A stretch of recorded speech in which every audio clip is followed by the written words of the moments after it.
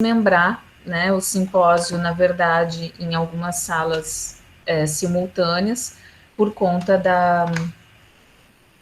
do número de participantes, né, para que ficasse viável todos apresentarem com um tempo hábil, sem correr demais, né, e então, mas amanhã, né, vamos ter mais 3 sessões de comunicações, e aí na quarta-feira, aí temos uma sala comum, né, conseguimos na quarta-feira deixar apenas uma sala para os últimos 5 participantes, ok? Mas convido vocês também, né, a acompanharem o restante da programação, que vocês viram que tem uma série de conferências e mesas redondas, né, tanto no âmbito da literatura brasileira, que é o que nos concerne aqui, mas também no âmbito da literatura portuguesa, africanas e língua portuguesa, então todos acontecendo pela manhã, né, e no início da tarde também. Então é só vocês verificarem lá a programação, irem no canal do YouTube, que está sendo tudo transmitido lá, ok? Bom, vou apenas, né, só até para uma conferência rápida aqui, os nossos participantes de hoje, então, se eu disser alguém para mais ou para menos, vocês, por favor, me digam, tá? Mas é a Rosalina Albuquerque Henrique, né, da UFPA, o Roberto Nunes Bittencourt, daqui da UFRJ, a Késia, que eu acho que é a que não está presente ainda, salvo engano, Késia Stefani Fagundes Sena, a Juliana Alves Bahia, da Unimate, e Carolina Raquel do Amaral Quintela, também daqui da UFRJ. Então é isso. A gente vai começar com a apresentação da Rosalina, ok? E que tem o trabalho, né? Velhice e Morte, dois extremos em Corpo de Baile e Grande Sertão Veredas. Passo a palavra a você, Rosalina. Muito obrigada. Gente, boa tarde. Agradeço a participação de todos e a carta aceite do meu trabalho. Como a professora já antecipou, é Velhice e Morte, dois extremos em Corpos de Baile, Grande Sertão Veredas. Chamo-me Rosalina Albuquerque Henrique, faço parte do programa de pós-graduação em Letras da Universidade Federal do Pará, cujo orientador é o professor Silvio Holanda, também bolsista de produtividade CNPq. A nossa linha de pesquisa é literatura, interpretação, circulação e recepção. Pensei para esse tema, na realidade, é base da minha tese de doutorado, mas pensei nesses dois aspectos, que é em relação à velhice e morte, que não deixa de ser, como o título já diz, dois extremos. Então, com o intuito de versar sobre as discussões, abordagem da velhice perante acontecimentos vividos pelos personagens, em duas obras que eu analiso, Corpos de Baile e Grande Sertão Veredas, do escritor João Guimarães Rosa, esta apresentação, cujo tema é a velhice, ela tem o aspecto de influenciar nas atitudes e nas descobertas quanto à própria sexualidade, as formas de relacionamento afetivo, familiar, amoroso e entre as pessoas ao seu redor. E com sua própria condição física e biológica. Aí é uma pena não mostrar para vocês, mas pensemos no personagem Manuelzão, que no personagem já velho, e que ele tem as características de um velho, que é um corpo debilitado, não no sentido debilitado, mas por consequência mesmo fisiológicas, biológicas, a que nós estamos nos direcionando de acordo com a nossa evolução. Mas, como todo trabalho precisa de uma teoria metodológica, nós escolhemos da estética da recepção, baseado sobre a ótica do Iaules. Por que o Iaules? Ele pensa numa leitura, não numa leitura individual, mas uma leitura iniciativa partilhada em que nós, ao recebermos um livro, né, nós vamos dialogar com a história daquele livro na época que ele foi lançado, publicado, e com a nossa perspectiva também de horizonte. Então, o que nós estamos fazendo com este trabalho é relatar e mostrar como esses leitores, no caso crítico, eles observam a respeito em relação a essa abordagem sobre a velhice. E aí, eu trago para vocês, só um momento. Estou tendo um probleminha aqui no computador, mas enfim, não quer passar. Ok. Do Antônio Cândido. O Antônio Cândido, ele pensa assim, para o artista, no caso Guimarães Rosa, o mundo e o homem são abismos de virtualidades. Se o puder fazer, estará criando o seu mundo, o seu homem, mais elucidativos que os de observação comum, porque feitos com as sementes que permitem chegar a uma realidade em potência mais ampla e mais significativa. Então, ele observa, não só ele, Paulo Rony, Valnice Galvão, que esses personagens, eles estão encobertos, né, personagens sertanejos, estão cobertos por esses abismos, e desses abismos surgem virtualidades, não só a questão da experiência em si. E eu trago para vocês também uma outra leitura, só um momento, aí vai ficar demorando um pouco para passar, a da professora Carmen Seco. O que ela diz em relação a esses personagens, no caso, Leodoro, Reobaldo e Cara de Bronze, que são velhos que saem do comum, né? Que embora, mesmo na solidão que eles possam se encontrar em relação à sua velhice, à sua própria exclusão, no caso, o Cara de Bronze, que ele se resguarda num quarto, né? Eles podem encontrar soluções. Eles observam que a própria situação deles não significa que eles não possam avançar, né? Possam progredir e partilhar com os outros nesse aspecto. Ou seja, deixa eu ver aqui. Eles aceitam os cabelos brancos como uma etapa natural da existência, de que não estão ausentes nem o amor, nem a alegria de viver. E um outro autor que eu trago em relação a esse olhar, né, sobre a velhice, e não tem como nós não pensarmos, por isso que eu coloquei o extremo, a morte, né, trago o Benedito Nunes, em O Dorso do Tigre. Ele assinala que a presença da velhice na obra rosiana significa mais do que simples diversificação de experiências. Porque a velhice impulsiona os lances de iniciação, transição e espiritualização ao longo do périplo ascensional de Eros. Se vocês observarem, embora eles com aspectos diferentes, né?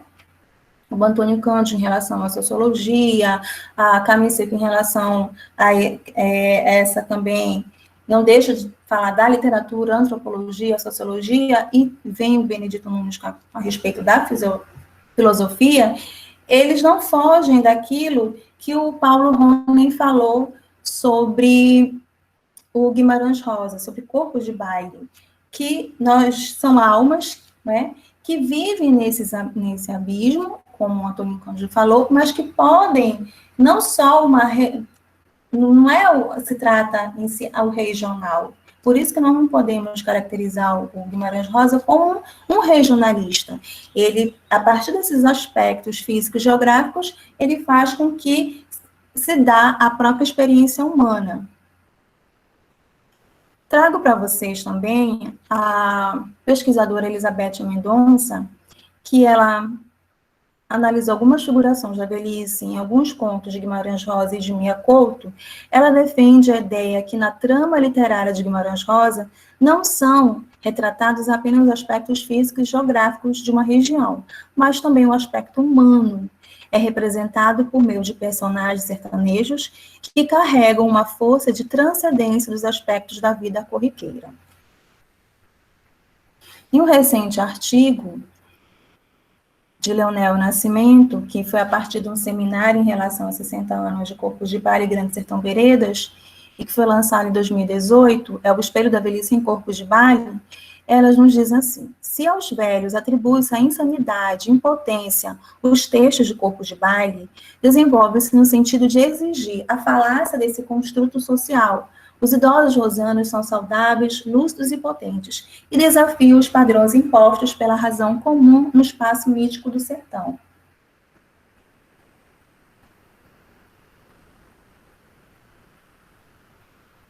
Nesse caso, não poderia deixar também de ler a Ecléia Bose, né, que ela vem nos falar, em Memória dos Velhos, um mundo social que possui uma riqueza e uma diversidade que não conhecemos pode chegar-nos pela memória dos velhos. A conversa evocativa de um velho é sempre uma experiência profunda, repassada de nostalgia, revolta, resignação pelo desfiguramento das paisagens caras, pela desaparição de entes amados e semelhantes a uma obra de arte.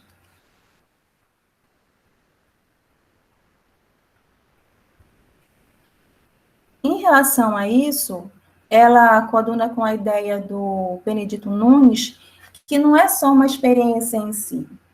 Você só se dar conta, lógico que nós temos uma noção do que vem a ser a velhice a partir desses estudiosos, em especial a partir da década de 1980, mas você só passa a percebê-la quando você está vivenciando mesmo, como aí eu utilizo da Organização Mundial da Saúde a partir dos 60 anos. E o Philippe Herrier, ele nos traz um interessante trabalho, O Homem Diante da Morte, porque nós vimos a morte de uma outra forma. O estudo dele foi mais ocidental, na Europa Ocidental. Não era apenas um ser morto, cadavérico, um sujeito obnubilado, obscurecido pela morte, mas a sociedade que era atingida e que precisava ser cicatrizada. Então, quando se morria alguém, havia falta daquele ser. Ele não era obscurecido pela morte. O que contrapõe a convicção de que a vida humana não era abrangida como um destino individual, mas um elo do filo fundamental e ininterrupto nos tempos antigos.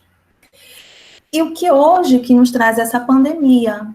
Ela nos traz esse aspecto e nós ficamos chocados com esses idosos, né, a maioria na Itália e também no Brasil, como nós voltamos a perceber a questão da morte e a questão da velhice, que é a nossa própria cultura, é a nossa própria memória, né? E precisamos deles.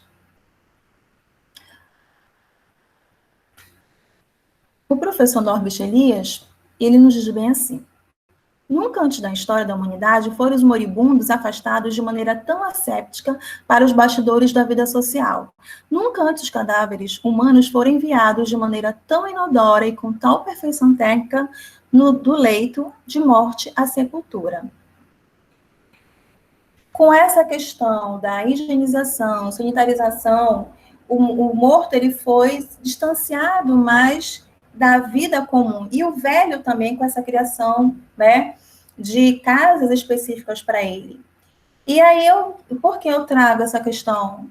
Mais uma reflexão em relação à pandemia. Porque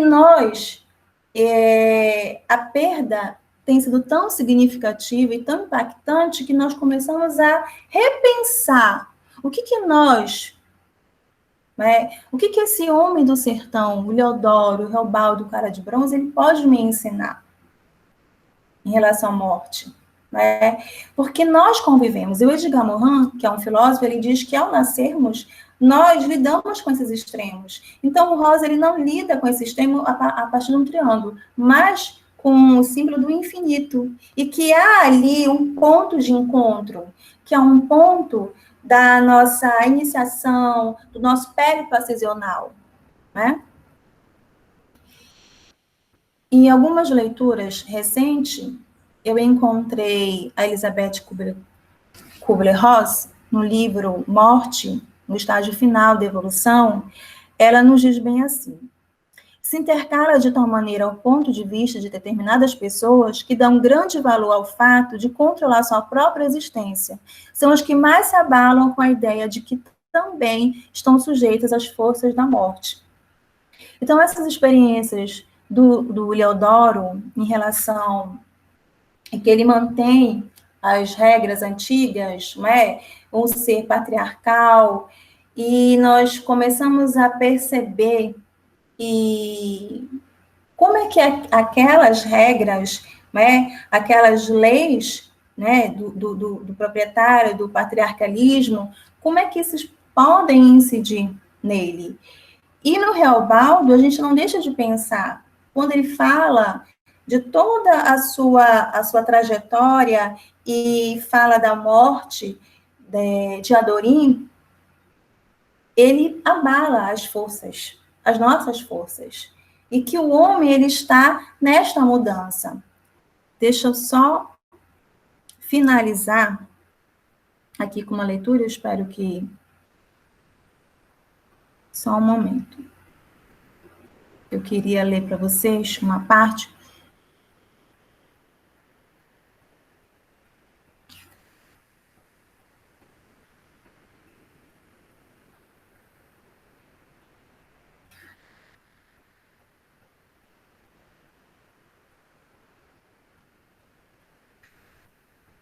A vontade de entrar e de sair das situações, de encontrar o caminho em linha reta que leva de um lado para o outro, de decidir a direção e o destino da existência, é frustrada pela impetuosidade da correnteza, pelo curso perigoso da vida, da qual nenhuma pessoa pode se ausentar. Por isso, a frase emblemática de Reobaldo é impactante ao dizer: o mais importante e bonito do mundo é isto, que as pessoas não estão sempre iguais, ainda não foram terminadas, mas que elas vão sempre mudando, afinam ou desafinam. Tudo está misturado, em constante mutação, em um universo que está sempre movente. Muito obrigada. Né? E, mais uma vez, desculpem. Não, muito obrigada, Rosalina, pela sua apresentação. Porque a gente se prepara enfim, aí acontecem essas coisas, isso que eu faço. É o que eu falava, né? Toda tecnologia, ela pode falhar em algum momento, né? Pois é, mas tudo bem. Exatamente. Deixa eu ver.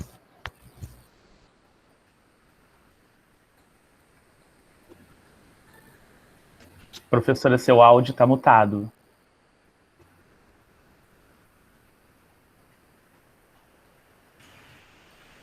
Desculpa. Tá, deixa eu só...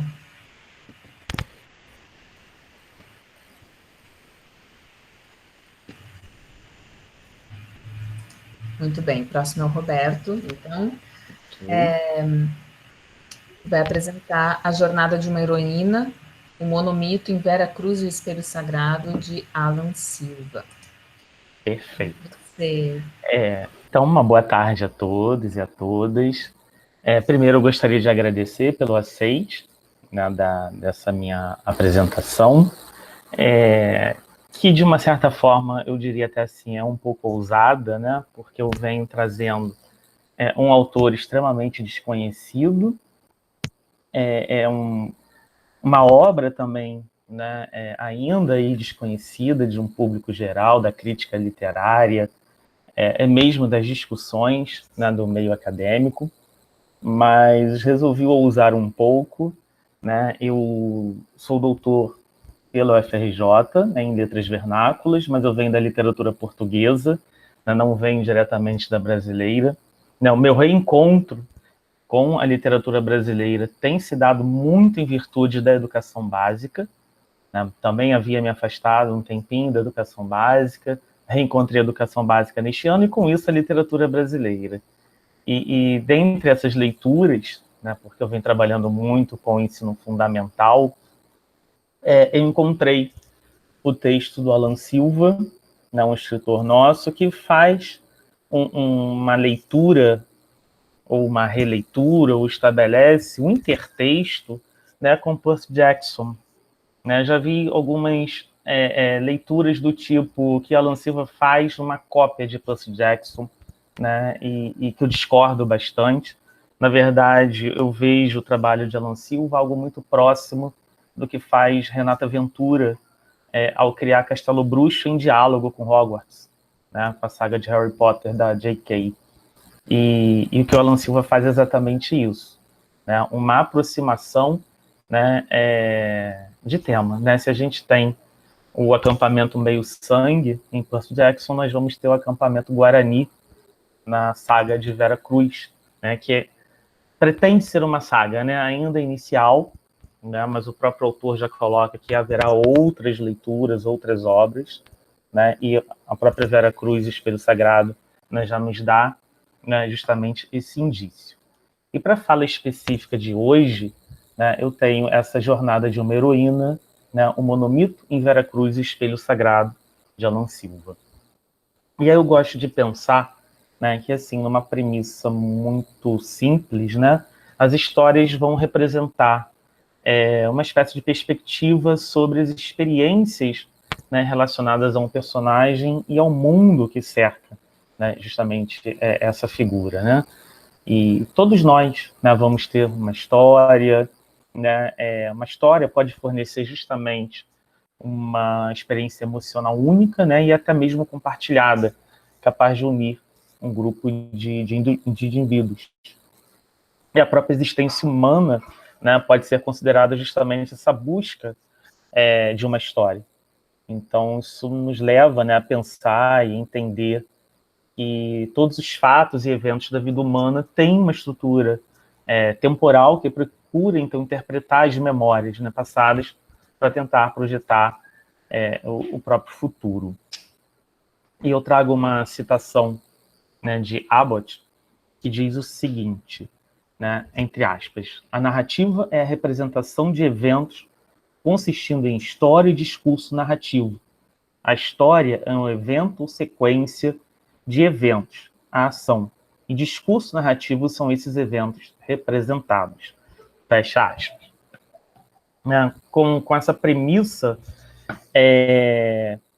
para uma história, né, o evento que pode ser interpretado como uma ação, né, que altera o estado de uma sequência de fatos, por exemplo, né, um elemento dinâmico que implica, então, o desenvolvimento da história, uma sequência espaço-temporal, né, sem essa ação, portanto, não há uma narração. Né? Logo, então, a estrutura, né, narrativa, ela vai ser construída com base justamente nessas ações. E aí que eu entro justamente com Vera Cruz, né, e o Espelho Sagrado, de Alan Silva, que, na verdade, é uma história que tem muito, né, a nos contar. Tá? E, obviamente, aqui, por uma questão temporal, né, vou me centralizar, né, especificamente nessa ideia, né, do monomito, né, mais ainda especificamente, né, a jornada de uma heroína, não de um herói, e é interessante observar, né, justamente essa mudança de foco, que a própria literatura, a própria arte, o cinema, por exemplo, né, hoje vem trabalhando muito. Se durante muito tempo nós tivemos protagonismos masculinos, né, os grandes heróis, né, personagens, então, masculinas, hoje a gente já começa a perceber, né, uma nuancezinha diferente, né, um protagonismo feminino. Quer dizer, a personagem feminina não é mais aquela que vai ser salva, né, pelo personagem masculino, que está sempre ali passiva diante, né, dos fatos, e, né, o cinema e a literatura aí nos brinda com diversos exemplos, né, quanto a isso. Mas caindo, né, por exemplo, numa dessas literaturas, né, que enchem a gente um pouquinho, né, de dessa questão do mercado, né, mais assim de consumo, se a gente pega, né, uma saga Divergente, se pega, né, Jogos Vorazes, por exemplo, ou então mais aquele protagonismo, né, dos jogos que também vão para o cinema e literatura, Tomb Raider, com Lara Croft, enfim. Né, e eu vejo a escrita de Alan Silva muito nesse diálogo também, né, de uma representatividade do feminino. Quer dizer, a personagem feminina não é aquela que pura e simplesmente vai esperar que algo aconteça, né? Ela vai fazer acontecer. E numa breve sinopse, a gente tem, né, a própria história da personagem, Vera, abandonada pela mãe, né, na porta de um orfanato. Nesse orfanato, a menina cresce, né, e há um salto temporal, né, já a Vera, nos seus 24 anos, trabalhando no cinema ali da cidade, né, e interessante a gente observar, né, que o próprio texto do escritor, né, é repleto de críticas, né, à própria situação do feminino na sociedade contemporânea. Tá? Daqui a pouquinho eu vou ler, inclusive, uma passagem justamente disso. Né? Uma mulher, por exemplo, sozinha, né, depois das 11 da noite, né, tudo aquilo que se passa, né, na cabeça, né, os medos, enfim. Então, era uma noite fria, né, que Vera estava, então, voltando para casa, né, havia terminado seu expediente no trabalho, e ela percebe que está sendo seguida, né, e a partir desse momento, né, um momento simples, banal, a volta para casa é que tudo começa a acontecer. Quer dizer, vai ter um contato com os seus aliados, vai começar a conhecer quem são os seus inimigos, né, e a gente vai entendendo, né, que Vera Cruz é uma história de aventura. Ela vai descobrir que o mundo visível, né, não é o único mundo existente, né, e aí se estabelece, por exemplo, um diálogo com Percy Jackson, né, não Percy Jackson como se fosse uma ficção, como se fosse literatura, né, mas o universo existente. Eu acho que isso é um ponto muito legal, né, muito forte na obra do Alan, né, de estabelecer justamente esse diálogo, né? Não é assim, vi num livro, né, e existe isso. Não, aquilo também é real, né? Isso é bem bacana. E Vera Cruz, né, começa, então, a ter um contato, né, com esse outro mundo, né, esse outro lado, esse mundo, né, repleto ali das névoas, justamente, né, para que as pessoas não se assustem, né? Então, todas aquelas lendas, né, que ela escutava quando criança, ela percebe que são reais, né? A figura do Curupira, a figura do Saci, né, do Boitatá, da Cuca. Então, né, são personagens, né, que dentro dessa narrativa de Alan Silva não são ficcionais, eles existem de fato, né? Tal como, por exemplo, se a gente analisa Percy Jackson, os deuses gregos são reais, né? Aqui nós vamos ter, né, essas divindades, né, indígenas que constituem, então, a nossa cultura, né, como personagens reais, de fato. Né? Não são, quer dizer, seriam ficções,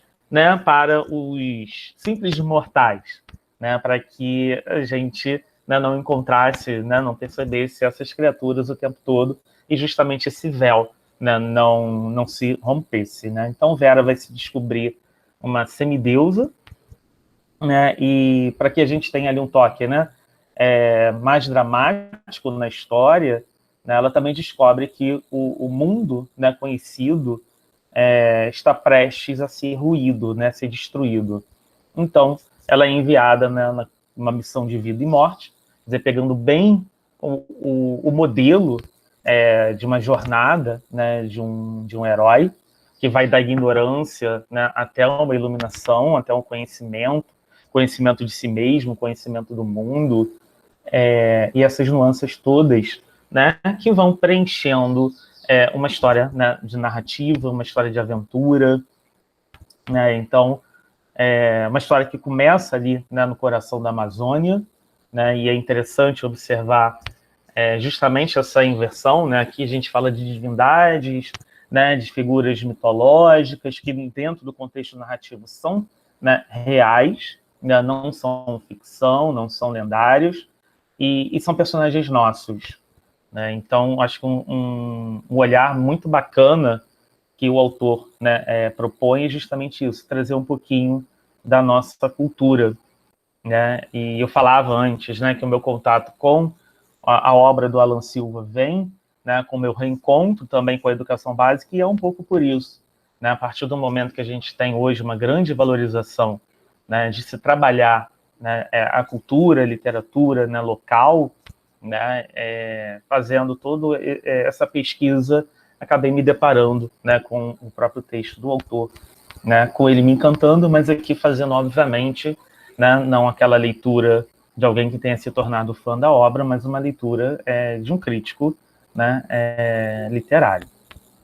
Então, o que a gente observa, né, dentro de uma narrativa, né, que normalmente o protagonista vai desempenhar esse papel fundamental para a narrativa, né, muitas vezes, então, representando, né, aquele núcleo em torno do qual se constrói o enredo, né, e toda a jornada, né, do protagonista, né, e aí no caso da nossa protagonista, né, Vera Cruz, é um processo de aprendizado, né, então ela percorre todo um caminho progressivo para buscar seus objetivos, né, e enfrentar os obstáculos.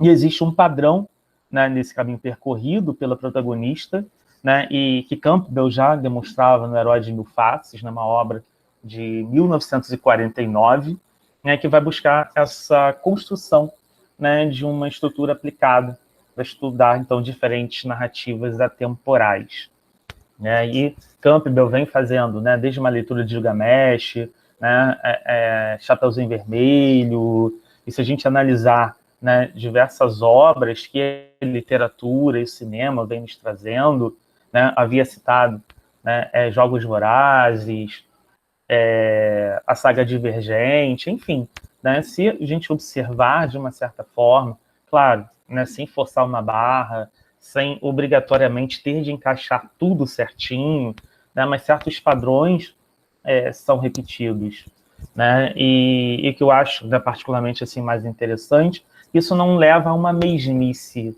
né, talvez na verdade seja repetir um modelo, né, mas em diferença, né, são obras bastante distintas, com problemáticas distintas.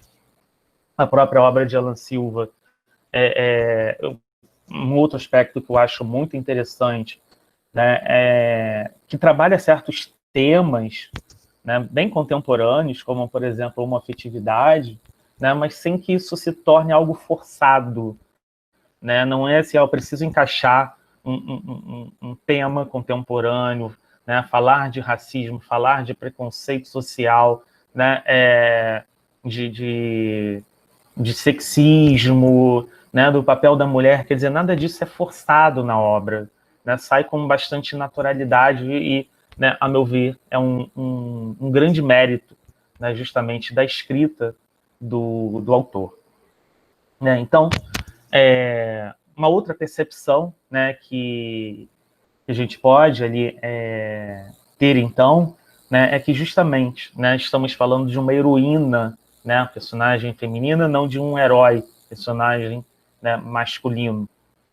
E, de uma forma geral, o que a gente tem é justamente isso, né, dentro da narrativa de Alan Silva. Essa saída do mundo comum, tá? E eu vou ler uma partezinha, só para que a gente possa ilustrar isso, né, que é justamente o primeiro capítulo, né, da obra, e diz assim, né, quando li aquele livro, alguns anos atrás, não acreditei no menino, fazendo uma referência a Percy Jackson, né, e aí sim, né, como se Vera Cruz tivesse lido a obra como uma ficção, e ela percebe que, na verdade, aquilo que ela leu, né, não era uma ficção, era um relato verídico. Realmente ele tinha razão. Eu não quero ser uma semideusa se você está lendo isto, porque acha que pode ser filho de algum deus, ou porque sua mãe ou seu pai agem de forma estranha, ou você acha que é adotado, ou assim como eu fui abandonado na porta de um orfanato. Meu conselho é o mesmo que tive quando li um livro no orfanato Santa Maria. Feche essa merda agora mesmo. Assim como aquele garoto disse uma vez, novamente repito, não diga que eu não avisei. Meu nome é Vera Cruz. Minha vida virou de ponta cabeça no último dia de janeiro, quando eu estava voltando para casa, depois de um longo dia de trabalho. Um aviso para você. Trabalhar 8 horas por dia e ainda se matar nos finais de semana é menos doloroso do que a história que eu vou te contar. Ser uma mulher sozinha no mundo requer muito esforço. Voltar do serviço 11 horas da noite requer muito mais esforço do que qualquer homem possa imaginar. Toda noite volto pelas ruas com medo. Sabia desde sempre que mais cedo ou mais tarde o pior iria acontecer. O medo é o fardo que a gente carrega por ser mulher. Né? E aqui, já trazendo, né, esse tom bastante antenado com a realidade, um tom bastante crítico, né? A personagem se apresenta, ainda que muito brevemente, mas a gente já tem toda uma tônica do que vai acontecer. Quer dizer, logo ali, né, nas primeiras páginas do livro, ela já se depara com aquilo que consideraríamos sobrenatural, né, e a chegada do Saci, né, e todo aquele contato com um outro mundo. Né? E então tem início toda essa jornada de Vera Cruz. Né? Desde o chamado à aventura, né, quando há aquele primeiro questionamento, né, quer dizer, ela se perguntando, né, se questionando por que ela, se ela seria capaz, enfim, até o falar sim, né, ao chamado, ainda que haja um pouco aquela sensação, né, da recusa, né? Vera se sente extremamente amedrontada pelo desconhecido. A chegada de Vera, né, no acampamento Guarani, né, justamente com um encontro com o mentor, né, e o seu grande mentor é o Curupira, né, até justamente passando, né, pelo cruzamento com o limiar, quer dizer, todos aqueles conflitos internos pelos quais Vera precisa enfrentar, aos testes, né, aliados, inimigos, quer dizer, quem era amigo, de forma repentina se revela talvez um inimigo, né, e aí isso vai se descortinando, os porquês, né, no desenvolvimento da história, até o que Campbell, né, coloca como a aproximação da caverna profunda, né, que não é exatamente um lugar físico, né, mas justamente pode ser também um perigo, né, que são justamente os perigos pelos quais a Vera precisa enfrentar, né, e até a sua aprovação, né, com justamente, né, pensando a sua coragem, né, quando ela tem cada vez mais forte, né, esse sentimento de semideusa, né, afinal, se o desafio também é banal, né, talvez ficasse bastante desinteressante, né, até justamente a recompensa, né, quer dizer, a conquista, né, daquilo que efetivamente aquilo que ela buscava, né, a uma situação final, né, e essa situação final justamente observando que Vera, né, do final da obra, não é mais aquela mesma personagem, né, do início. Né? Então existe, de uma certa maneira, toda uma releitura, né, não sei se intencional ou não por parte do autor, não tive essa oportunidade, né, de ainda ter uma conversa específica com ele, de perceber, né, se foi intencional ou não, mas que a gente consegue, né, justamente observar a presença, né, de muitos aspectos do monomito, né, dessa jornada, né, especificamente da heroína, né, em Vera Cruz, né, isso fica muito, muito bem marcado, tá? Então, finalizo por aqui, né, não sei se eu cheguei a estourar o tempo, acho que eu fui, né? Tá bom, então é isso, muito obrigado. Obrigada, Roberto. Nada. E então vamos passar para a próxima apresentação, que é a Késia. Eu acho que ela não entrou, né? Késia não está. Késia e Marta. Não. Então, Juliana. Isso, sou eu. A reconstrução do espaço místico fantástico, identidade e memória em Pedra Canga e A Dança do Jaguar, de Teresa Albuiz. Isso mesmo. Eu, diferente dos colegas anteriores, ainda estou no início da minha vida acadêmica de pesquisadora, estou no primeiro semestre do mestrado, na Universidade do Estado do Mato Grosso, campus Sinop. E eu me proponho, sob a orientação do professor Dr. Jesuíno Avelino Pinto. Então, meu objeto de estudo é a Teresa Albuiz, uma escritora também contemporânea brasileira, mas pouco conhecida. Ela nasceu em Várzea Grande, no Mato Grosso, né? E o meu objeto de pesquisa não está definido ao certo quais das 6 obras que tem publicada, mas, enfim, para essa apresentação, eu defini essas 2 obras, a Pedra-Canga e a Dança do Jaguar, por elas terem uma questão com relação ao espaço muito parecido. Então, só para a gente conhecer um pouquinho a Teresa Albuiz, ela é definida pela estudiosa Nelly Coelho como sendo uma escritora em tom maior. Ela teve uma infância muito sofrida no interior do Mato Grosso, na época da colonização do Estado, e procurou destacar nas suas obras a cultura mato-grossense, muitas vezes, um pouco desse sofrimento como uma espécie de denúncia social. Ela saiu do Mato Grosso quando era jovem, e foi morar aí no Rio de Janeiro. Ela se formou em letras, direito e jornalismo. E nas suas obras há uma mistura muito do que é real e do que é ficção. A gente percebe nas obras da Teresa Albuiz um pouquinho dela em cada obra, tanto que na Pedra-Canga, por exemplo, a narradora se chama Teresa. Não se deixa claro se é a própria Teresa ou se é somente uma narradora personagem que recebe o mesmo nome. Mas as narrativas de Teresa Albuiz, elas têm algo em comum. Todas elas, as 6 que tem publicada, elas têm muito da literatura fantástica. A gente consegue perceber nas narrativas histórias envolventes, cheias de mistérios, situações fantásticas, sobrenaturais, que envolvem muito o regionalismo mato-grossense, né, e também o misticismo. Então, por isso que eu coloquei ali a reconstrução do espaço místico fantástico, pela questão de que as 2 obras, Pedra-Canga, com a Chácara Mangueiral, e a Dança do Jaguar com a Casa Vitoriana, o espaço dessas 2 casas, eles possuem muito de místico e do fantástico na obra.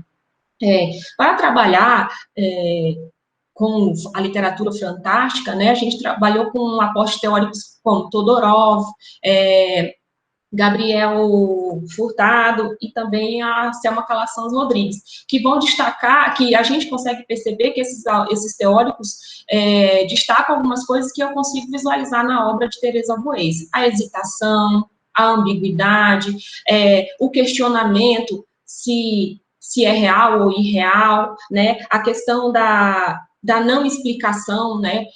Furtado diz que, para que seja a literatura fantástica realmente, você tem que essa ambiguidade tem que se permanecer até o final da história, ela não tem que ser esclarecida, enfim, então a gente consegue perceber muito disso nas obras de Teresa Albuiz.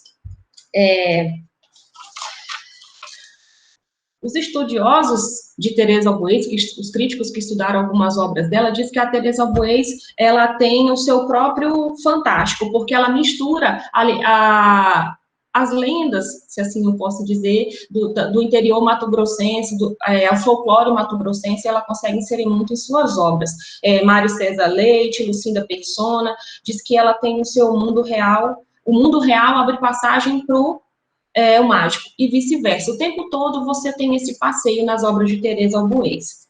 E, mais precisamente, nessas 2 obras, Pedra-Canga, em que eu tenho a história de uma cidade, a história se passa numa pequena cidade do interior do Mato Grosso, no bairro Pedra-Canga. E lá, de maneira bem resumida, a personagem central da obra é a casa, a Chácara Mangueiral. Ela é, de certa forma, personificada, e ela conta a história dos Vergari, uma família que tinha um poder aquisitivo muito alto na época, e a gente sente nessa obra a questão maniqueísta, tipo, o bem contra o mal. E essa chácara mangueiral, ela representaria o mal na obra, né? E a população mais simples representaria o bem. E essa chácara mangueiral, ela tinha tudo para ela, todas as suas características representavam um certo mistério, né? Ao ser muito bem protegida, um muro muito alto, de estar na beira do rio, de ter jacarés ao fundo, o tempo todo ela é cheia de mistérios, ninguém entra lá, vê-se pouca movimentação na casa, então todo esse mistério na casa, ela vai envolvendo durante todo o livro, até que acontece um fato, que é a morte do patriarca da família, o doutor Vergari, que ela chama como doutor V, e aí desencadeia um outro mistério. Ninguém sabe como ele morreu, de que ele morreu, cadê a família dele, a esposa dele que morava, só fica sabendo do enterro. E aí, pronto, a casa fica vazia. E ao longo da história, né, as pessoas começam a ficar... Cadê as pessoas dessa casa? Não se ouve mais movimentação, não tem mais empregados, não tem mais a esposa dele, ninguém sabe o que aconteceu. E aí, alguns curiosos começam a querer entrar na casa, apesar no início de muito medo, e aí começam a entrar na casa, e aí essas primeiras pessoas percebem que não tem ninguém mais morando lá, só que a casa está intacta, todos os móveis, todos os cômodos estão bem organizados, enfim. E aí, as pessoas começam a perder o medo e começam a saquear a casa. E essa casa é totalmente destruída ao decorrer da narrativa. Pessoas de fora vêm para saquear a casa, até que destroem tudo, sobrando apenas as paredes. A questão quando a gente fala do espaço, né, e aí a gente vai lembrar alguns estudiosos como Osman Lins, Bachelard, Gaston Bachelard, que eles tratam dessa questão da ambientação, né, de você tratar da ambientação, ter essa ligação com o ambiente, o significado dos símbolos, o significado conotativos, o significado que cada cômodo daquele representava na casa. E Bachelard, quando ele fala a respeito da importância do sótão, ele fala da importância das gavetas, dos móveis, de cada cômodo da casa, ser importante para a análise da obra. E a gente consegue perceber muito isso. Nas duas casas, existe um sótão que é secreto. Nas duas casas, existem móveis que parecem mover de lugar para fazer se lembrar dos antigos moradores. E aí, por fim, na final dessa obra, né, de Pedra Canga, continua o mistério. Ninguém sabe o que verdadeiramente aconteceu, mas o que foi representado na obra, que a casa mangueiral destruída, ou a chácara mangueiral destruída, representaria a destruição daquela família e, consequentemente, do mal. Mas a gente consegue perceber que a memória deles permanecem ali, porque no final da obra as pessoas ainda têm uma certa aversão àquela rua, àquele lugar, tanto que todo mundo saqueou tudo, mas ninguém construiu uma nova casa lá, por exemplo, porque a memória, a identidade daquela família Vergari permanecia ali de uma forma muito forte. Na Dança do Jaguar, a gente também tem uma casa que é muito importante, que é a Casa Vitoriana. Só que essa história se passa em São Francisco, porque a Teresa Albuez mudou-se para os Estados Unidos na década de 80, onde ela morreu. Uma curiosidade é que ela não escreveu nenhum livro morando no Brasil. Todos os livros que ela escreveu, ela já morava nos Estados Unidos. E esse é o único que tem uma ambientação, né, um espaço totalmente americano. A Dança do Jaguar, ela conta a história de uma jovem pintora que está em busca de um lugar para morar e um estúdio para fazer suas pinturas. Quando ela encontra um anúncio de jornal, essa casa num valor muito abaixo do preço. Ela é convencida pelo representante da imobiliária, que aquela casa, o dono dela, ajuda jovens pintores, artistas, e por isso o preço estava tão barato. Mas aí, ao longo da narrativa, a gente descobre que não é bem isso, né? A gente vai perceber que a história, né, a Casa Vitoriana, ela tem um mistério muito grande, ela esconde atrás das suas paredes um mistério muito grande, que é o desaparecimento da sua antiga moradora, que é a Florência Maltesa. E aí a Naila Maloney, que é a protagonista da história, mesmo assim, se sentir intrigada com algumas coisas da casa, desde a hora que ela chega na casa, ela tem uma sensação meio ruim, uns calafrios, ela sente algumas coisas estranhas, e aí ela consegue perceber, mas mesmo assim ela insiste em ficar lá. Então ela mora lá e é lá nessa casa que que desenrolar toda a história, recheada de mistérios, de situações fantásticas, inexplicáveis, sobrenaturais. E essa casa também tem porão, também tem pequenos cômodos que tem um mistério, que conta um pouquinho da história da antiga moradora.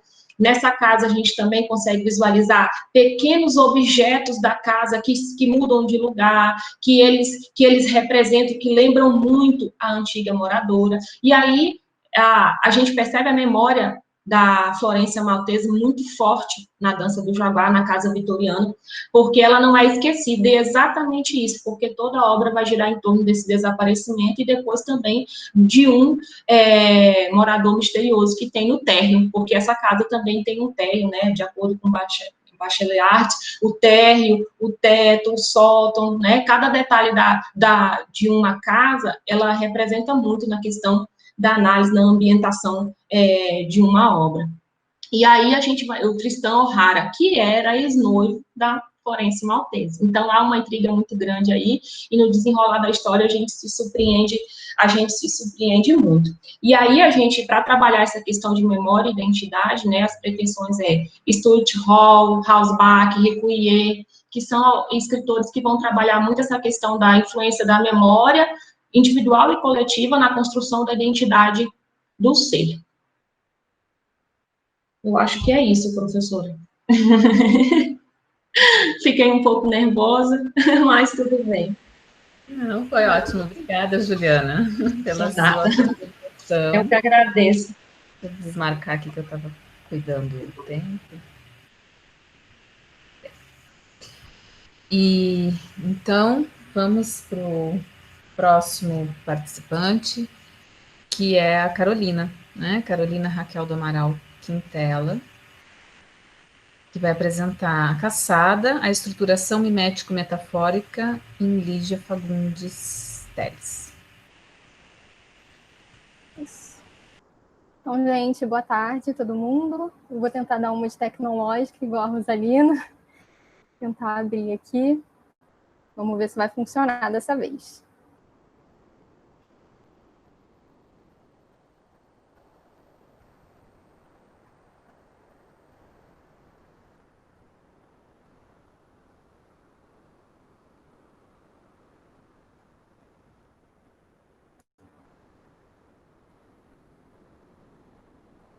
Laís, por favor, me fala por voz se foi ou não. Foi? Tá aparecendo? Foi. Tá aparecendo, tudo certo. Ótimo. Então, gente, eu sou Carolina Quintela, eu sou mestranda em Literatura Brasileira pela UFRJ, também estou no primeiro semestre de mestrado, e eu vou falar sobre o conto A Caçada e sobre a estruturação mimético-metafórica em Lígia Fagundes Teles. Bom, A Caçada é um dos 18 contos reunidos no livro Antes do Baile Verde, cujo projeto poético se resume num tópico essencial: a relação entre vida e morte. Mas não como nós geralmente a entendemos, como fruto da oposição de dois polos, né, que se conformam em extremos contrapolares, vida versus morte. Não. Os contos do livro são variações da temática elegíaca da vida que amadurece a morte em si mesma.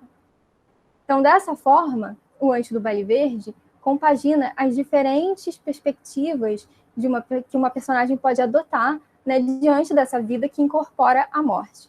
Então, por isso, em alguns contos, as personagens privilegiam a vida em contraposição à lei da morte, promovendo a decisão de viver por deliberada despotencialização da morte.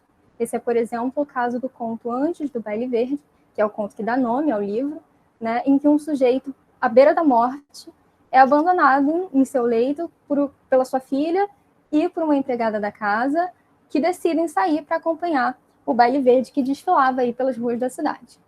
Em outras histórias ocorre o oposto. Há personagens apologistas da morte, personagens que advogam a nadificação absoluta como um princípio fundamental e como catarse definitiva da conjunção do sentimento humano, seja por meio da compaixão ou do terror, que são, então, personagens assassinas, como no conto Venha Ver o Pôr do Sol. Já em A Caçada, a aparição da vida e a aparência da morte mutuamente se implicam, e por isso ele é um dos contos que melhor representam o projeto poético do livro, que desvela esse entendimento de que o drama da vida é a trama da morte. Além disso, ele é um dos contos mais demonstrativos do que vem a ser a estruturação mimético-metafórica em Lígia Fagundes Telles. Bom, o Ricardo Piglia, escritor argentino, em sua tese sobre o conto, afirma que todo conto sempre conta duas histórias. É um relato que encerra outro relato em seu interior. Esse segundo relato é uma outra camada textual, né? É uma história que se conta de modo mascarado, nas entrelinhas do primeiro relato. Na primeira camada de A Caçada, há uma personagem central, inominada, mas definida como o homem. O homem frequenta uma loja de antiguidades e passa a reparar na tapeçaria que tomava a parede dos fundos da loja. A uma primeira leitura, o leitor pode ter a impressão de que o drama vivido pelo protagonista tece a trama da perda progressiva da sua lucidez, e de que a história trata da loucura do homem, que fica obcecado pela tapeçaria e vai se confundindo com ela. Mas é possível acessar a outra camada graças a uma metamorfose textual. E essa metamorfose, ela se constrói com um distanciamento progressivo da construção inicial da história, que a princípio promove um estado de equilíbrio e a sensação de grande verossimilhança. Por meio de diálogos breves e lineares, o conto entrega ao leitor informações que o ajudam a se situar nessa construção do cenário, do contexto, como, por exemplo, a ideia de que o homem já frequentava a tapeçaria, já frequentava a loja e já se interessava, em particular, pela obra de tapeçaria. Então, assim, o texto traz o conforto do que soa familiar para o leitor e o rompimento desse equilíbrio e a redução dessa verossimilhança são um atalho para acessar a estruturação mimético-metafórica e para desvelar a outra camada da história. Então, se o leitor resiste à tentação de se ater a uma justificativa verossímil, como a loucura, na tentativa de restabelecer esse equilíbrio, ele acessa com mais facilidade as outras camadas textuais que se apresentam a partir da metamorfose. Mas o estranhamento não cessa até o momento em que o próprio conto impede o leitor de prosseguir apenas na primeira camada textual. Esse impedimento se dá só ao final da narrativa, quando a personagem homem recusa a loucura e afirma a persistência de uma razão à espera de interpretação menos superficial. O homem pontua: "Que loucura! E não estou louco." Concluiu num sorriso desamparado. Seria uma solução fácil, mas não estou louco. Então, até que o leitor chegue a esse ponto da narrativa, ela vai tecendo estranhamento. Aquela sensação inicial de equilíbrio cedo já assume uma forma decrescente no momento em que o homem passa a se fixar na tapeçaria, no momento em que são apresentados para o leitor as suas percepções sobre essa peça, que vai ser descrita, então, de modo minucioso. Era uma caçada. No primeiro plano estava o caçador de arco retesado, apontando para uma toceira espessa. Num plano mais profundo, o segundo caçador espreitava por entre as árvores do bosque, mas era apenas uma vaga silhueta cujo rosto se reduzira a um esmaecido contorno. Poderoso, absoluto, era o primeiro caçador. A barba violenta como um bolo de serpentes, os músculos tensos à espera de que a caça levantasse para desferir-lhe a seta. Bom, a narração personativa já revela nessa descrição o esforço de penetração do homem na cena tecida em busca, e a sua busca, né, para o maior entendimento dessa cena. E aí eu destaco aí o uso das qualificações e as comparações, né, poderoso absoluto, a barba violenta, que demonstra a imersão dessa personagem na obra e essas percepções que ela lança à tapeçaria. O primeiro contato do homem com a tapeçaria, a história não revela. O que ela interessa é entregar ao leitor um momento de construção e modificação das percepções da personagem com relação à obra, indicando, primeiro, que o homem nota algumas diferenças na configuração da cena. Diferenças que vão surgindo para ele, o espectador, com o passar do tempo, com revisitações à obra. Então, vejam essas falas, né? Ele diz, parece que hoje está mais nítida, notei uma diferença. E, em seguida, o homem passa a se identificar com a cena estampada na obra. Em que tempo, meu Deus, em que tempo teria assistido a essa mesma cena? E onde? Conhecia esse bosque, esse caçador, esse céu, conhecia tudo tão bem, mas tão bem. Percorrer aquela mesma vereda, aspirar aquele mesmo vapor que baixava denso do céu verde.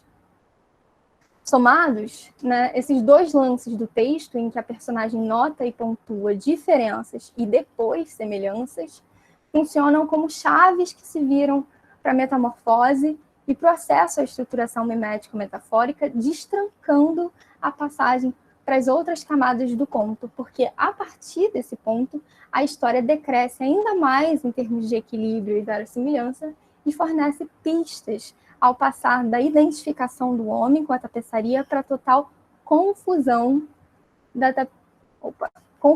tapeçaria com a vida desse homem. Então, vejam, imensa, real, só a tapeçaria se alastrar sorrateiramente pelo chão, pelo teto, engolindo tudo com suas manchas esverdinhadas, quis retroceder, agarrou-se a um armário, cambaleou resistindo ainda e estendeu os braços até a coluna. Seus dedos afundaram por entre galhos e resvalaram pelo tronco de uma árvore. Não era uma coluna, era uma árvore. Lançou em volta um olhar esgazeado. Penetrara na tapeçaria. Estava dentro do bosque, os pés pesados de lama, os cabelos empastados de orvalho. Em redor, tudo parado, estático. No silêncio da madrugada, nem o piar de um pássaro, nem o farfalhar de uma folha. Inclinou-se arquejante. Era o caçador ou a caça? Não importava, não importava. Sabia apenas que tinha que prosseguir correndo, sem parar por entre as árvores, caçando ou sendo caçado. Bom, nesse mergulho, nas profundezas da tapeçaria, imensa, real, concretiza-se a metamorfose e se configura uma metalinguagem do processo mimético. Ao falar de processo mimético, eu não me refiro àquela mimesis normatizada por Platão, mas a que teve o seu eixo deslocada da ideia de imitar-se, de reprodução da realidade, para a diferença. Eu refiro-me à mimesis, né, proposta pelo Luiz Costa Lima, que considera a base referencial por meio da verossimilhança e a inventividade por meio da diferença. Para o Luiz Costa Lima, o processo mimético é fundamentalmente um processo metamórfico que contraria os padrões da realidade. E ao tratar de metalinguagem do processo mimético, eu quero dizer que a mimesis experienciada pela personagem é experimentada pelo leitor com a metamorfose da história em invêncio, que se dá dentro do próprio conto, no momento de trânsito do verossímil, para total confusão entre a obra e a vida da personagem, como ocorre no trecho lido agora há pouco. E essa transformação da história em invêncio se explica na noção que o Luiz Costa Lima desenvolve em suas obras, que é a mimesis de produção, que se dá quando sucede algo que já não cabe mais como um fato, não cabe na codificação sociocultural do que se entende por realidade. Graças a ela, a mimesis de produção, o leitor é finalmente introduzido à história mascarada, como dizia Pilha, e a camada que fundamenta o texto metafórico. E por que metafórico, né? Metafórico porque, em meio à confusão absoluta, nota-se a grande importância da tapeçaria para o conto. Aos poucos se percebe que a trama imagética da figuração artesanal articula a legenda do drama fundamental da existência do homem. A caçada, ilustrada na tapeçaria, é a caçada que o homem E aí não só o homem, personagem, mas o homem, humano, vivencia. É o ciclo vital, o duplo domínio da natureza que amadurece a morte na vida. Viver é estar morrendo a todo tempo, e qualquer passo adiante, como caçador, é também um passo para trás como caça. Então a morte na tapeçaria, figurada como caçador, desfere a seta, e a vida, assediada pelo espírito mortificante, é sempre a caça. Assim, a tapeçaria é o mitologema da mortalidade e a metáfora que guia o leitor ao ditame universal de que a vida se submete aos desígnios da morte.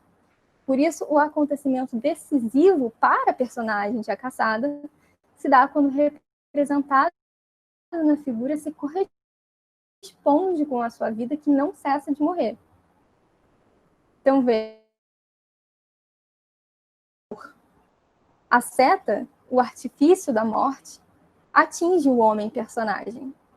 Então, a metáfora na tapeçaria de Lígia, ela vela e desvela, mascara e desmascara simultaneamente o outro relato, que trata da vida que morre. Além disso, estabelece e concatena contraposições que são o princípio dinâmico da construção mimético-metafórica, como exterior e objetividade da cena, interior e subjetividade do espectador, concedendo à história o poder da metamorfose e tornando a mímese cada vez mais inventiva à medida que consegue dispor, sobre uma base verossímil, uma construção diferencial. E Costa Lima define a mimesis como um produto da relação entre semelhança em base menor e diferença em base maior. É exatamente isso o que acontece na metáfora da tapeçaria do texto fagundiano. Essa relação entre semelhança e diferença já era anunciada pelo personagem, que, assim como o leitor, também vivencia, enquanto espectador, o processo mimético e a arte. O homem diz assim: é como se, mas não está diferente? A mimesis, então, vai se apresentando no texto fagundiano como um processo metamórfico fundamentalmente baseado na metáfora. O Blumenberg diz que determinadas questões, como as existenciais, não são respondidas conceitualmente. Questões como as levantadas no livro Antes do Baile Verde trazem consigo uma série de interrogações que só podem ser aproximadas do leitor via metáfora. A metáfora é a melhor forma de concentrar no eixo da linguagem os horizontes totais, como chamava o Blumenberg, ou seja, tudo aquilo que extrapola o conceito. A personagem, ao contrário do que se espera, percebe antes diferenças e só depois semelhanças, porque as diferenças mais servem, nesse caso, para aproximar a obra da apreensão do mundo da vida do que para distanciá-la dele. E pautando-se, sobretudo, na diferença, tão cara a metáfora, é que a mimesis experienciada pelo homem, a partir do contato com a tapeçaria, estende a discussão sobre a vida que amadurece a morte ao plano da vida real da personagem. Extrapola a obra e alcança a vida do homem. Bem como o que agora se diz no conto, extrapola o papel e se expande a vida do leitor. Esse processo de expansão da mímese, numa tentativa de apreensão dos horizontes totais, pode ser denominado mímesis totalidade. Não por acaso, muitos contos diante do Baile Verde parecem não querer se concluir ou ceder ao leitor o conforto de uma palavra final, de um final concreto. As histórias dão uma sensação de estar em aberto, muitas vezes, E isso ocorre justamente porque a mímesis em Lígia é uma exploração do metafórico em sua tentativa de apreender a totalidade aberta. A estruturação é, portanto, mimético-metafórica, não porque a mímesis nos daria a palavra final, mas porque não há palavra final. Talvez por isso a sensação que nós temos, enquanto lemos e estudamos certos textos literários, de que, na verdade, estamos aprendendo algo sobre essa totalidade aberta. E o final de histórias como essa é simplesmente a vida, com tudo que ela engloba, inclusive a morte.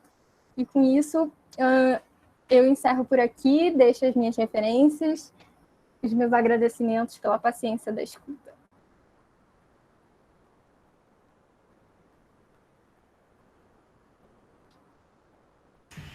Muito obrigada, Carolina. E o que aconteceu?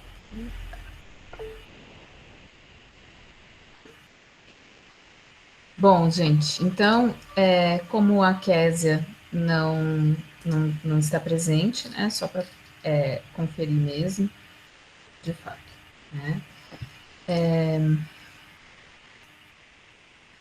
Bom, o Caio vai ficar, eu estou dando uma olhadinha no chat também, o Caio também vai monitorar caso alguém não consiga, né, se manifestar por aqui. E aí quero passar também a palavra a vocês e perguntar, né, quem aqui quer, se alguém tem algum comentário ou pergunta para, de repente, a gente começar uma conversa possível, né? Professora, Oi? um Quem momentinho falou? antes de começarem as perguntas, é o Caio que está falando. Eu vou colocar aqui no chat para todo mundo o link para certificado de ouvir. Antes e não apresentadores, para todo mundo saber que está aqui no chat. Certo. Muito obrigada, Caio. E eu não sei se eu já disse isso também, agora eu acabei esquecendo, né? Se eu agradeci, né? Quero agradecer primeiramente a todos pelas contribuições e também antes de alguém tomar a palavra, né, falar, queria dizer que algo que eu fiquei pensando desde o início, quando até comentei, né, com os outros dois professores coordenadores também do simpósio, né, tanto o professor Godofredo e a professora Vera, pensando, né, porque a gente propôs, né, um simpósio a partir de uma perspectiva para pensar a ficção brasileira contemporânea, é isso. E aí, claro que com os simpósios a gente consegue também, nesse momento, claro, né, e diante do que foi das inscrições que recebemos, né, pensar algumas linhas também para esse contemporâneo, né, e aí fico pensando, né, nessa inserção, por exemplo, e nos diálogos sempre possíveis, né, de uma certa tradição literária que vem, por exemplo, com um Guimarães Rosa, né, e a conversa, né, como eu dizia, na minha cabeça fica fazendo sentido, né, com uma autora que eu não, até então, para mim, desconhecida de fato, que é a Teresa Albues, né, que a Juliana apresentou para a gente. E então fico pensando nisso, né, numa outra rede que passa a existir, né, a partir daqui. E aí, então, quero perguntar para vocês, né? Quero passar a palavra para vocês, quem aqui quer comentar alguma coisa ou fazer alguma pergunta.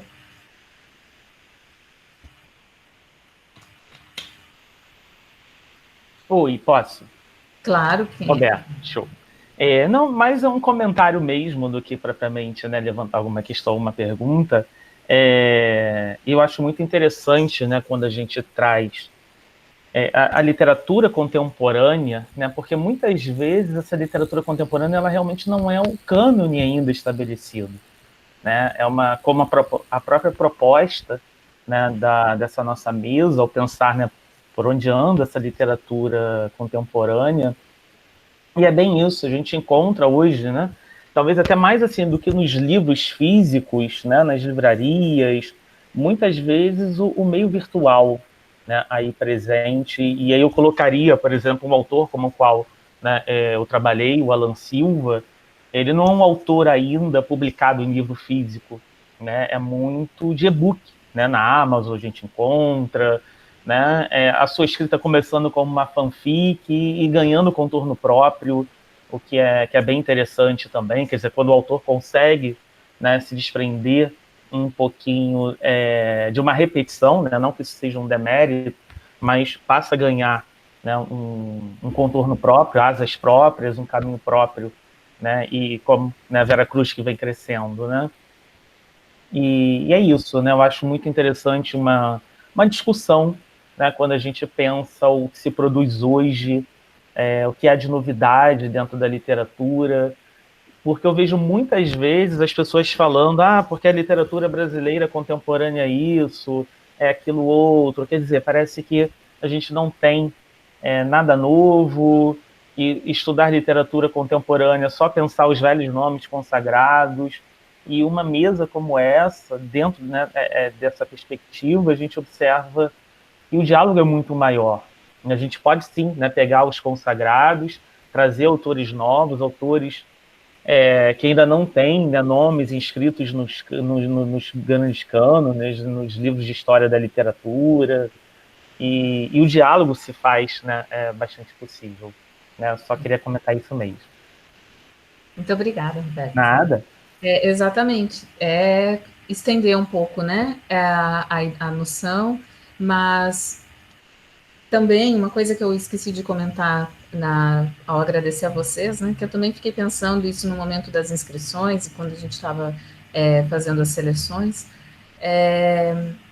pensando nessa geografia também, né, eu acho que é incrível e acho ótimo, né, a gente ter os participantes aqui do Rio, mas termos as contribuições, né, imagina, de Mato Grosso, Pará, né, claro que faltam regiões aí, né, e ainda tem amanhã, ainda tem depois de amanhã, então tem pessoas do Rio Grande do Sul, tem pessoas, deixa eu ver, eu acho que não tem nenhum estado do Nordeste contemplado, isso não, acho que não, se eu não me engano também, porque muita gente eu realmente não me lembro, tem sim, Feira de Santana, lembrei, né, então, eu acho que começa por aí, né, e aí, nesse sentido, eu vou comentar algumas coisas também que eu achei interessante, e acho que de todos os trabalhos, claro, né, todos, agora, só para puxar pelo final, né, que ficou ecoando, para eu também não perder o fio que a Carolina estava falando, eu acho interessante, Carolina, que você falou em algum momento, eu não sei se foi de proposital ou não, né, mas achei ótimo, você falou, se referiu ao projeto de escrita da Lígia Fagundes Telles como um projeto poético, ou eu ouvi mal? Foi projeto poético, né, que você falou. Então, e eu achei isso incrível, achei ótimo, né, porque, na verdade, todo o seu trabalho vai, ao meu ver, né, vai nesse sentido, e, só um segundo, que eu até tinha nota aqui,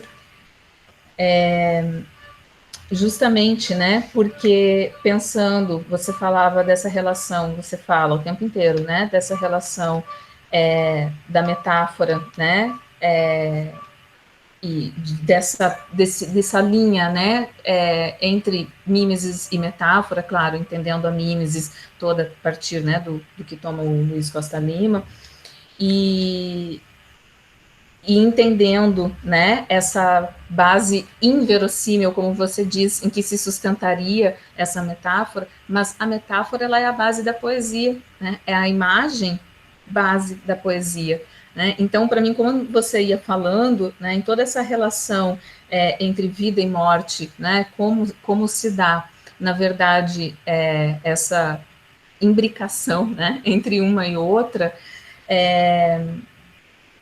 eu ia pensando, né, e como você diz, a vida submetida aos desígnios da morte, né, e essas imagens que velam e desvelam, né, essa relação, eu ficava pensando que na verdade, um projeto poético, de fato, né, e que tem a ver com uma estrutura também de poesia, né, e aí eu lembrei de outra coisa, quando você mostrou aquele trecho, né, em que ela diz o como se, né, como se, mas não está diferente, tem um texto, né, do Roland Barthes, em que ele fala justamente do como se, como sendo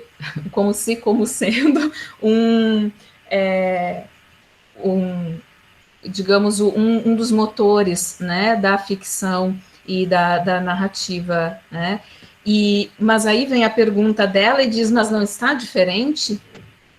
Entende? Então, é justamente, né, um projeto que poderia ser um projeto de escrita, um projeto de narrativa, você poderia pensar, mas ele também é colocado em xeque pelo próprio procedimento mimético, metafórico, né, que lhe designa.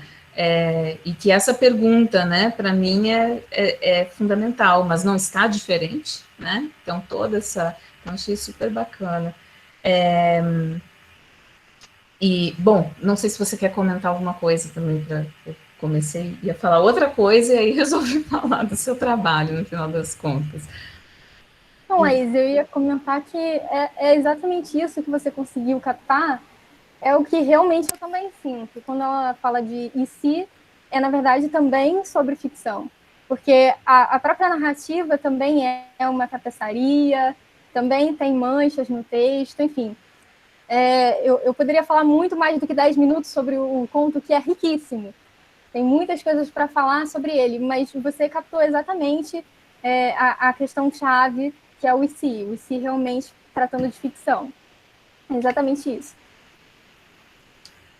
E sobre o projeto poético, isso me vem muito também, porque como eu comentei com a Rosalina pelo chat, eu estudo Rosa.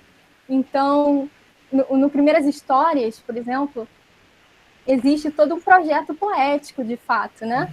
E esse livro da Lígia é muito semelhante ao livro do Rosa, em se tratando de contos, né, que podem ser lidos, por exemplo, independente, cada um, né, você puxa um e lê, ok, como a gente faz com Rosa, com terceira margem, mas faz muito mais sentido, ou de alguma forma é mais proveitosa a leitura quando você lê o conto num contexto mesmo, que é o contexto do projeto poético. Por isso que eu trago sempre, quando eu falo da Caçada, eu falo que é um conto representativo em termos de projeto poético, porque ele dialoga com todo o livro, com todo o restante do livro. Mas vai mais ou menos por aí, como você capturou, né, dessa minha fala. Obrigada, Laís.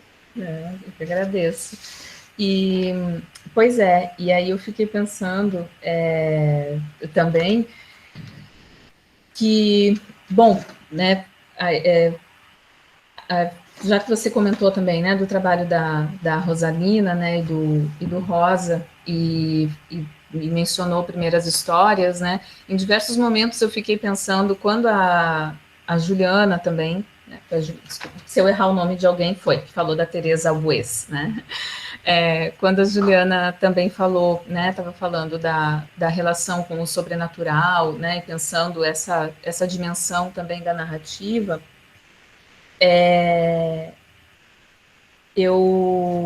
e aí, né, por isso linko também, né, com esse espaço, né, do Primeiras Histórias, eu fiquei lembrando, e aí agora tem mais a ver com a Juliana, na verdade, né, eu fiquei lembrando, Juliana, de um texto e aí também porque você disse que o trabalho está inicial, né, acho que vale a pena pensar, um texto do Cortázar, e agora eu preciso me lembrar do nome exatamente, que é sobre o conto, né, sobre o conto fantástico, né,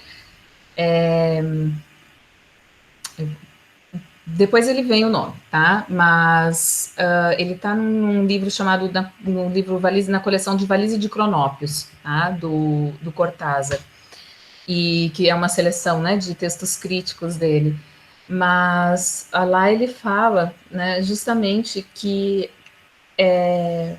a diferença, né, entre esse espaço, esse âmbito, né, do estranhamento, que no nosso caso, na literatura latino-americana, também ficou conhecido como realismo mágico, né, dentro de um determinado contexto, claro, muito específico, mas também chamamos, né, por esse nome, que no Brasil não tem um representante de fato, não foi uma linha de fato, né, mas existem manifestações, né, ele se manifestaria, ele se caracterizaria, né, pela existência de uma realidade paralela, pela permanência de uma realidade paralela o tempo inteiro na narrativa.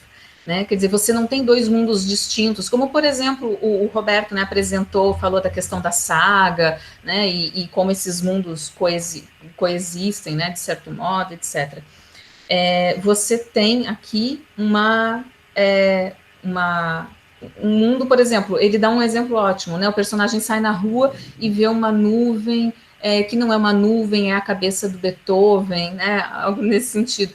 E aquilo permanece ali, entendeu? Ele vai olhar para aquela nuvem que é a cabeça daquele compositor e tá tudo bem, né? Assim, então, esse elemento, ele permanece, né, como composição dentro da narrativa. Então, me parece um pouco isso, né, que você comentava. E principalmente porque isso vai permanecer presente, né, como história, como memória, como pelo mistério que esses espaços vão guardar, né. Então, achei super interessante, né, nesse sentido. E te agradecer porque não conhecia até então, né, a Teresa Albuez. Do mesmo modo, Roberto, que também não conheço o trabalho do Alan Silva, né, até depois peço que você me diga, né, de onde exatamente, fale um pouquinho, né, quem é o autor, etc., só para a gente conhecer de fato. Acho que é interessante a gente pensar nesse universo também da escola, né, que vem da educação básica, e aí esses escritores que, de algum modo, também a gente precisa dar conta, né, tem uma relação muito forte com o mercado, com toda, né, toda essa questão, como você também apontou, os padrões da saga, etc., mas também, né, existe aí uma tradição mítica, né, que vem desde o nosso modernismo e que de certo modo, se transforma atualmente, né? Então, acho que é interessante a gente pensar. Não sei se você quer falar, Roberto e Juliana também, se quiserem falar. Não, tá, eu vou falar só rapidinho, então, a respeito, né, do Alan. É um desses autores que eu conheci há pouco tempo, né, justamente, assim, nessas caçadas pela internet, e participando até de antologias e tal.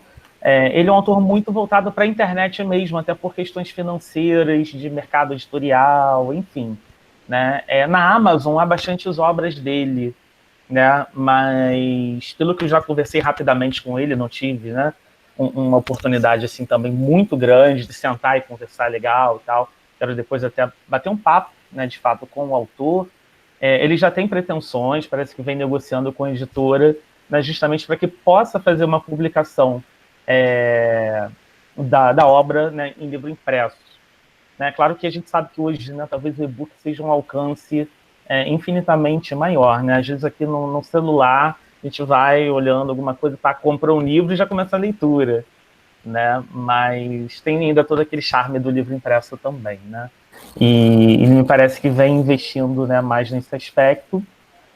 É um autor que se engaja em questões, né, sociais, das chamadas minorias, né, um autor LGBTQIA+, né, então ele tem textos, né, voltados para isso.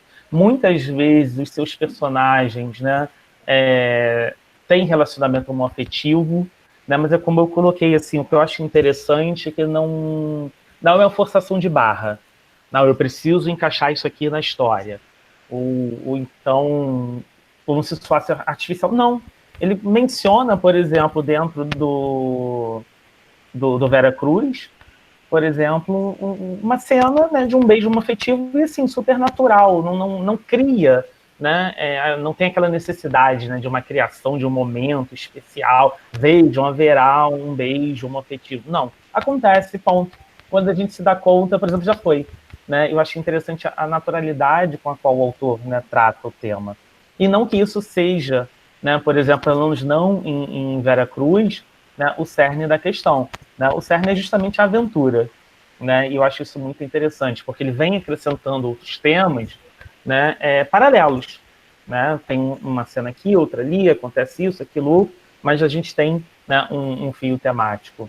Né? E não saberia definir. Alan Silva é um escritor X, né? Porque, na verdade, os livros dele, não li também a obra toda, né, que ele já produziu, mas é um autor multifacetado, né, que vem se interessando por diversos temas. Né? Ele começa Vera Cruz com uma espécie mesmo de fanfic, né, do Percy Jackson, mas eu não vejo Vera Cruz como uma cópia, um Ctrl-C, Ctrl-V, né? Pelo contrário, ele tem caminhos próprios e caminhos que são muito interessantes. Né? não gosto de comparar, né, dizer que é melhor, é pior e tal, mas que merece a leitura. Eu acho que é uma obra que merece a leitura, né, ter um contato, principalmente quando a gente fala, né, de cultura brasileira dentro do âmbito escolar. É isso. Obrigada, Roberto. Bom, e para encerrar, assim, da minha parte, pelo menos, né, fico pensando, né, acho que tanto o trabalho da Rosalina quanto da Carolina me levam, né, para essa relação mais com a poesia também, inevitavelmente, né, principalmente, Rosalina, porque o tema dos velhos, da velhice, da morte, dessa precariedade que passam, né, esses personagens que você trabalhou, são temas muito caros para mim também, né, claro, em outros contextos, mas a perspectiva é mais ou menos essa, né, e aí eu fiquei pensando também em relação ao que você falou, né, dessa precariedade, na verdade, de vida, né, que vem por várias imagens que você foi levantando, né, da aceitação dos cabelos brancos, de o resguardo no quarto, né, o personagem que se resguarda no quarto, mas o quanto isso determina, né, uma certa experiência, né, que é a da velhice, que vem com a velhice, especificamente um espaço mítico do sertão, né?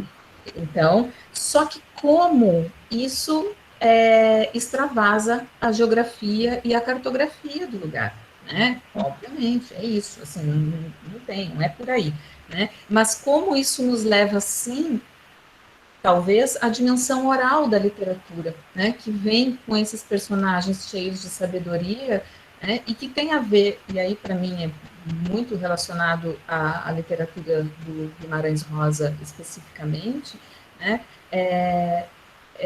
com esses personagens, né, que são capazes de contar uma vida, de contar uma história, né, porque eles guardam toda essa experiência com eles, né, dentro deles, apesar, ou talvez pela própria precariedade, né, e de vida que ainda resta, né, aquele restinho de vida, mas a grandiosidade da sabedoria, né?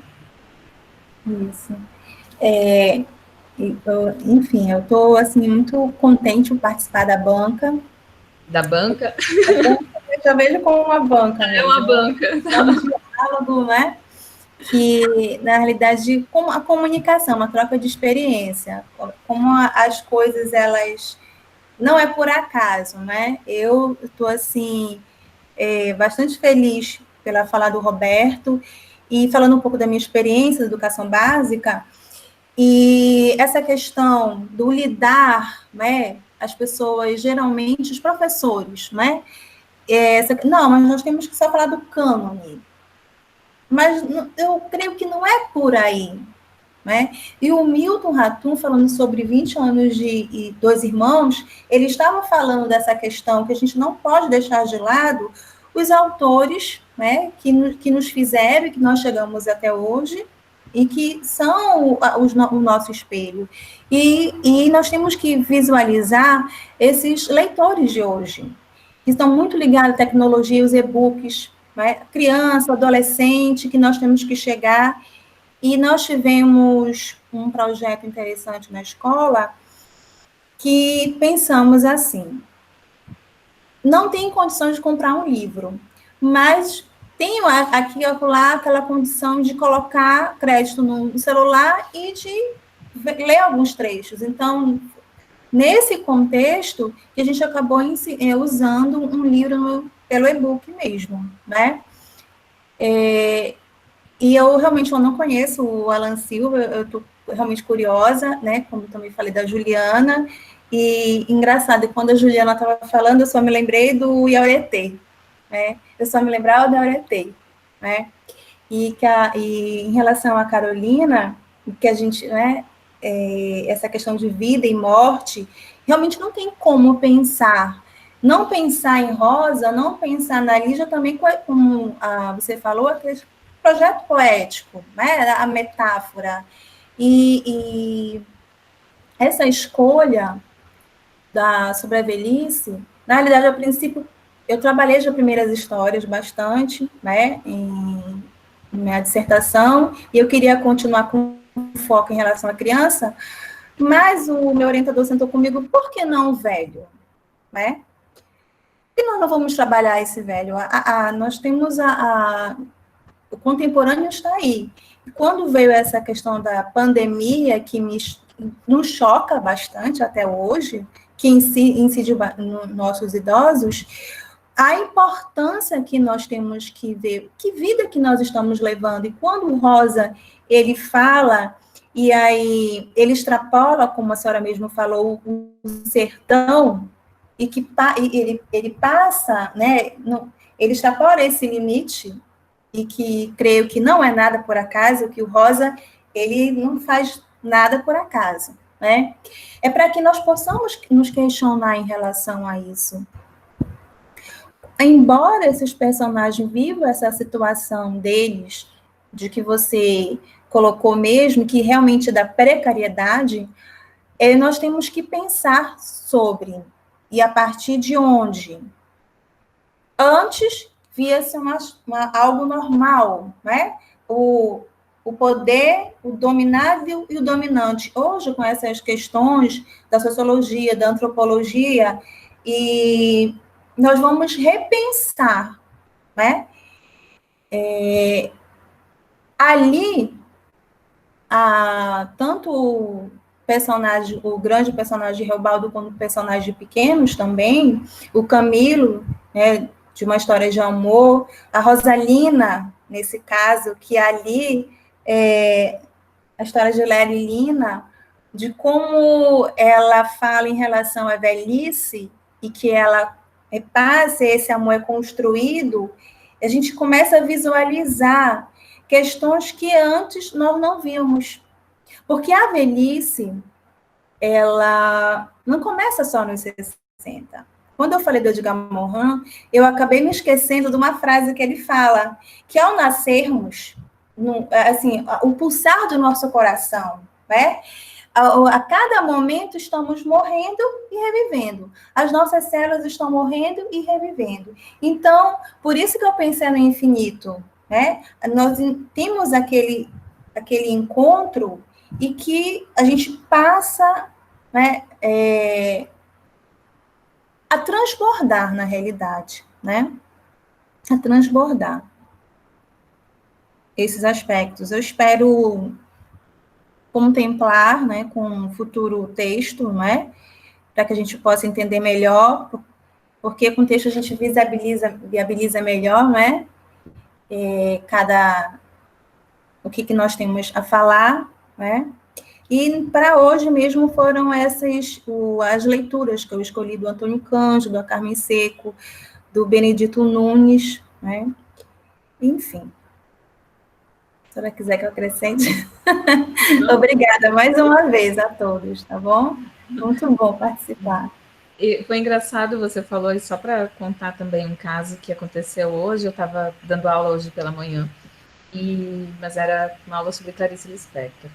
E um aluno perguntou, né, disse, Laís, você não vai falar das crianças, né, da infância, né, nesses contos da Clarice, etc. Eu disse, não, eu vou falar dos velhos.